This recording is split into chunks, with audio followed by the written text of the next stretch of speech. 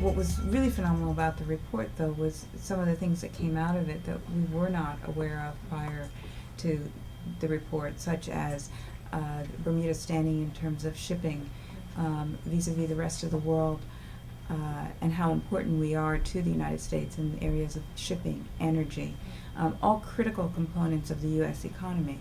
The number of jobs that are supplied to the United States through Bermuda-based companies, and then if you do that exponentially to most of the offshore world, those companies that are domiciled or are located in offshore jurisdictions, the millions of jobs that are being created in the United States, in Europe, throughout the world, are incredible statistics that we were not aware of prior. Infrastructure development is an important part of maintaining competitiveness, especially in a small economy like Bermuda, which is very externally oriented and has a high level of trade and services. You need to have, transportation to go to these various jurisdictions all over the world. You need to have good roads. You need to have stable electricity sources and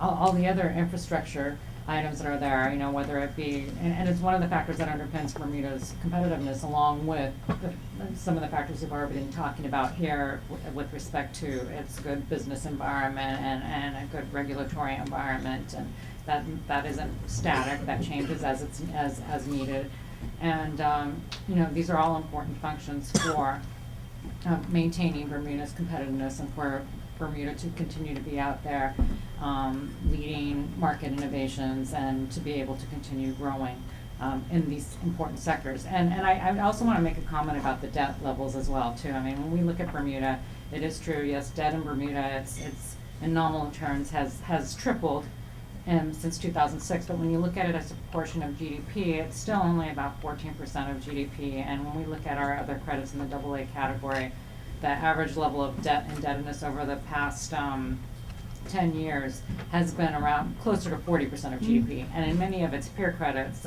particularly some of the ones that have been struggling through this latest downturn, the debt levels are already exceeding 100% of GDP. So it's, putting it in perspective, what we've seen in Bermuda, infrastructure investment is important. And from what we've seen and what we learned during our visit last week, a lot of these projects are starting to unwind, and given the government's actions to try and increase its revenue base with some of the changes in the taxes and the fees and along with economic recovery, we do expect that debt levels are going to start to stabilize over the next couple of years, and will continue to compare quite favorably to all the other credits that we look at and that are in that rating category. I think when you actually come to Bermuda and see the infrastructure that's there, and you walk through Hamilton and you see that there are offices with people actually doing the work there. It's not a transaction processing area. There are some jurisdictions that it's great, you sign the paper and it gets incorporated and off they get, and the business is done somewhere else. The executives are living in Bermuda. We don't apologize, it's a lovely place to live. They like it there, and they want to have their team there, and they want to do business there. So we do encourage you to come to Bermuda, because while we'll talk about what we've done in our independent areas of expertise, I think you really have to sense the seriousness and the level of sophistication of the business that's being done from the jurisdiction. While I think and I understand how this dislocation is the reason to address new levels of regulation, one of the things that I think everyone has to be very careful about is you don't over-regulate business, and you don't do it in a knee-jerk reaction. At post-Enron and WorldCom, we saw a series of regulation came out. One of which everybody is probably very familiar with here, and it's probably affected us, was Sarbanes-Oxley. And that actually had a really severe impact on the capital raising formation in business, and actually moved business to other places. So while we may sit in fear of what the onshore regulators are doing, I kind of look at it, yes, I want to understand it, I want to see what its impact is on the global capital markets, But then I also look at it in terms of, this is kind of shaking up the world order, and when that starts to happen, there's new opportunities that start to present themselves. And I think that that's a situation where a country, the framework, with a good regulatory framework, a modern thinking capital market, can pick and choose and to provide solid business solutions for those businesses that need to access the capital markets. The capital markets are fluid. They're going to move. They're going to move regardless of what's happening in regulation. They're going to move where they need to go to ensure that there's efficiency and that business can get done. And one of the things that we as regulators, I think, need to be very careful about is that we don't force business to darker places that create more problems, that they stay in places where, there is legitimate, solid, well-regulated, thought processes and philosophy. So, that's one of the things I'm always very careful. Look at that opportunity, but you're not going to be able to seize that opportunity unless you have the right regulatory philosophy. So, there's no reason whatsoever to think that the U.S. regulatory format is going to be draconian. Everything points to a quite a reasonable response, and these are my own views, no one else's, from the Securities and Exchange Commission. The legislation that was adopted requires certain studies to be undertaken and imposes on the SEC the responsibility of issuing rules that will implement the various principles that are set forth in the legislation. So, and I can tell you that, again, just as a practitioner in the field of 30 years, I've never seen the regulator in the U.S. Be so inquiring of practitioners, auditors, lawyers, I assume other professionals, bankers, businesses, in terms of formulating the initial proposed set of rules, which haven't come out. That's rather unusual, and I think commendable and realistic on the part of the SEC.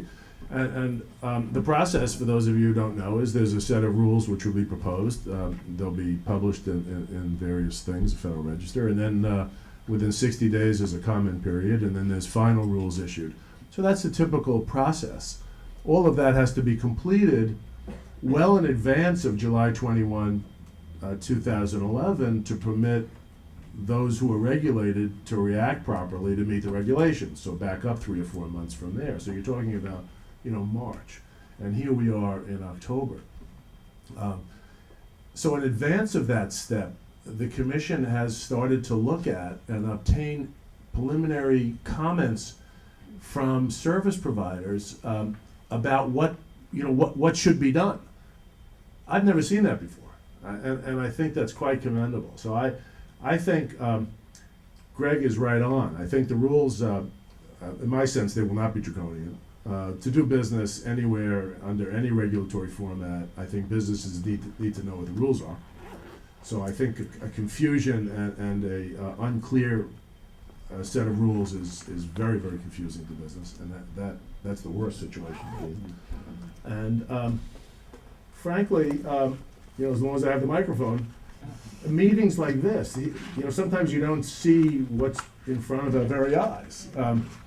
I've done this for 30 years. We represent hundreds of managers, hundreds of advisors. We've dealt with zillions of different jurisdictions. I know of no jurisdiction other than Bermuda that can put together in one room in New York, not in Hamilton, in New York, senior officials of government, senior regulators, senior people in business, service providers, and obviously over these next 7 or 8 hours, including last night's dinner, a tremendous exchange of ideas. I know of nobody else who does that. There's no other jurisdiction that does that, and I think it's really to be recognized and commendable.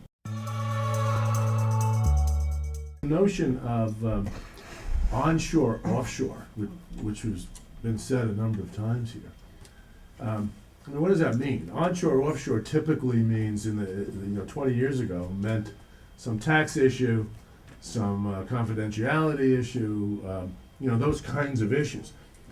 I think that's breaking down. Nobody would be very surprised if there was information sharing on the tax side, certainly not post 9/11. The confidentiality issues are all changing. I think the very notion of onshore, offshore is I don't want to say breaking down in a negative sense. It's globalizing. It's really less of that.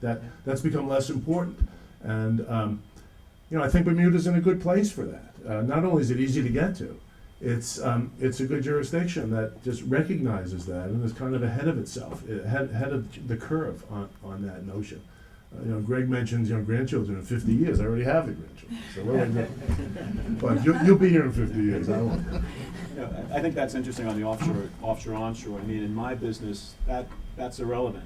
It's not, the only reason I talk about offshore is because that's where our exchange is geographically located. We are off the shore of the United States, but we're in an independent regulatory zone with its own business strategy. So the reason for us coming about wasn't because of these, issues. It was a business model. So I absolutely agree with that. I think there is a huge blur happening right now with onshore, offshore, and certainly I think Bermuda's been at the head of the pack in terms of cooperativeness. I think, forgive me if I get this wrong, are we up to 22 tax information exchange agreements We are now? up to 22.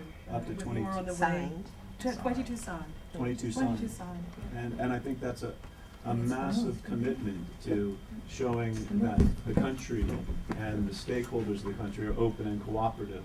And one of the things that, as stakeholders, sometimes it does challenge us because we're trying to run businesses, but we're also trying to meet these international requirements. And sometimes we even feel like we're being held to a different level than our larger trading partners because of our size and the types of business that we do. But we do recognize that that's part of the success and that's part of the responsibility of running a successful business platform, and that's what we do. So, and I think you'll continue to see Bermuda engage in the World Forum in terms of global regulatory practices. Certainly on the capital market side, I'd be very involved in that because I enjoy it and we think it's important, for the community in which we work.